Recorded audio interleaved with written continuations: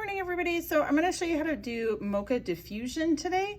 So that is where you have an alkali casting slip. Usually I use casting slip just because it's got a little bit less water in it. And then you use an acidic solution with a colorant in it to make all these different little, patterns and stuff. Now you do want to start with leather hard clay. Like this one broke when I was doing it because it was not leather hard. It was not the right thickness. It was too soft. So when I added in all the stuff, it broke. So this one is definitely leather hard. You want it to be soft leather hard where it hasn't like it hasn't started changing colors yet. And I'm going to kind of tilt it at an angle, and it won't do that if you don't have leather hard, right? And this just kind of helps make the picture longer, if that makes sense.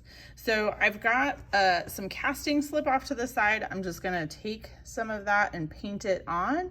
Now I want it to be a little bit on the thick side, but like I said, this is adding a little bit of water to this, which is why you want it to be leather hard and not just wet clay, because it would just already be slumping and crumbling at this point.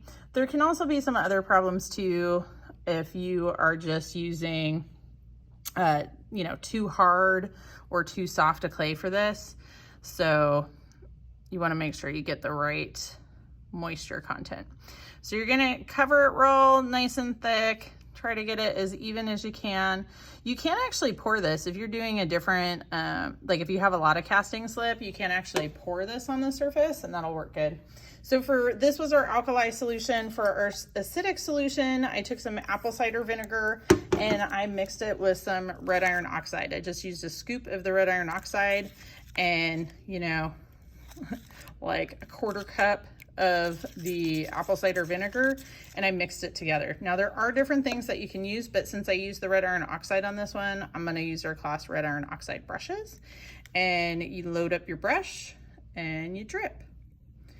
And that's what the diffusion does. So the combination of having the alkali and the acidic items, blending together is what gives this diffusion technique.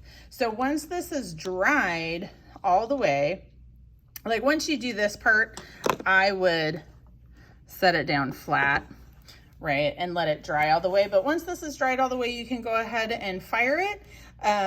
We're gonna do a lot of experimenting. So sometimes it works okay to put a glaze over it, depending on what the colorant was. Sometimes it doesn't. So definitely experiment with what you want it to look like afterward before you do it on a giant project and then like find out, oh, that's not what I want. So there you go, Mocha Diffusion. Thanks everybody.